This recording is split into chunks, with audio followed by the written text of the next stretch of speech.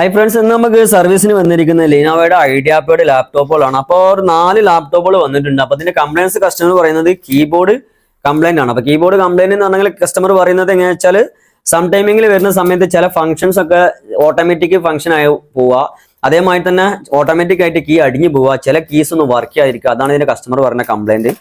അപ്പോൾ ഇത് കോമൺ ആയിട്ട് വരുന്ന കംപ്ലൈന്റ് ആണ്. പക്ഷേ ഈ 2 ടൈപ്പിലാണ് ഈ കംപ്ലൈൻസ് വരുന്നത്. ഒന്ന് എന്നുണ്ടെങ്കിൽ ഇതിൽ നമ്മൾ വെള്ളത്തിന്റെ അംശം, അത് വാട്ടർ കണ്ടന്റുകൾ ഇതിലേക്ക് വന്നു കഴിഞ്ഞിട്ടുണ്ടെങ്കിൽ ഇത് ഓട്ടോമാറ്റിക് ആയിട്ട് 1, 2, 3 മാസം കൂടുന്ന സമയത്ത് എന്ത് ചെയ്യും, ഇതിന്റെ കീസിന് ഫംഗ്ഷൻ വരാൻ അഥവാ മോയ്സ്ചർ കയറാൻ സാധ്യത കൂടുതലാണ്. രണ്ടാമത്തെ ഒരു ഓപ്ഷൻ എന്ന് പറഞ്ഞിട്ടുണ്ടെങ്കിൽ നമ്മൾ നോർമൽ വർക്കാണ് ചെയ്യുന്നത് എന്നുണ്ടെങ്കിൽ ഈ കുറഞ്ഞ കീസ് മാത്രമേ യൂസ് ചെയ്യുള്ളൂ. ബാക്കിയുള്ള കീസ് നമ്മൾ യൂസ് ചെയ്യാതെ അങ്ങനെ കെടുക്കുന്നത് കൊണ്ട് ഇതെന്ത് ചെയ്യും, ചെറിയ രീതിയിൽ മോയ്സ്ചർ കയറിയിട്ട് കുറച്ച് ലോങ് ടൈം വരുന്ന സമയത്ത് ഇതേമാതിരി ഓട്ടോമാറ്റിക് ആയിട്ട് കീ അടിഞ്ഞു പോകുക, അല്ലെങ്കിൽ ആ കീസ് ഒന്ന് വർക്ക് ചെയ്യാതിരിക്കുന്ന കംപ്ലൈന്റാണ് വരുന്നത്.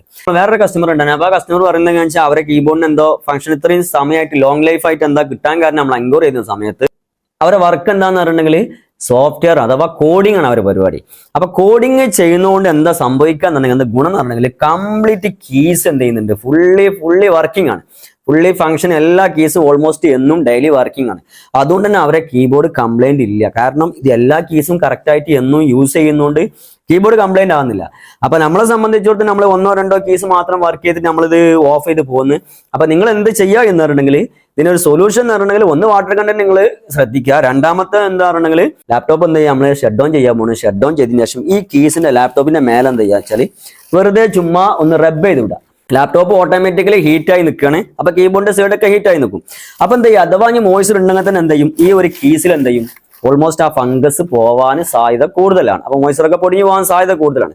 ഇങ്ങനെ ചെയ്ത് കഴിഞ്ഞാൽ ഒരു പരിധി വരെ നമുക്ക് എന്ത് ചെയ്യാൻ പറ്റും, ഇത് കെയർ ചെയ്തിട്ട് ലോങ് ലൈഫ് ആയിട്ട് കൊണ്ടുപോകാൻ ചെയ്യാൻ കഴിയും. ഓക്കെ, അപ്പോൾ ഫ്രണ്ട്സ്, അപ്പോൾ നെക്സ്റ്റ് ഒരു വീഡിയോ ആയിട്ട് നമുക്ക് വീണ്ടും കാണാം. Okay, thank you.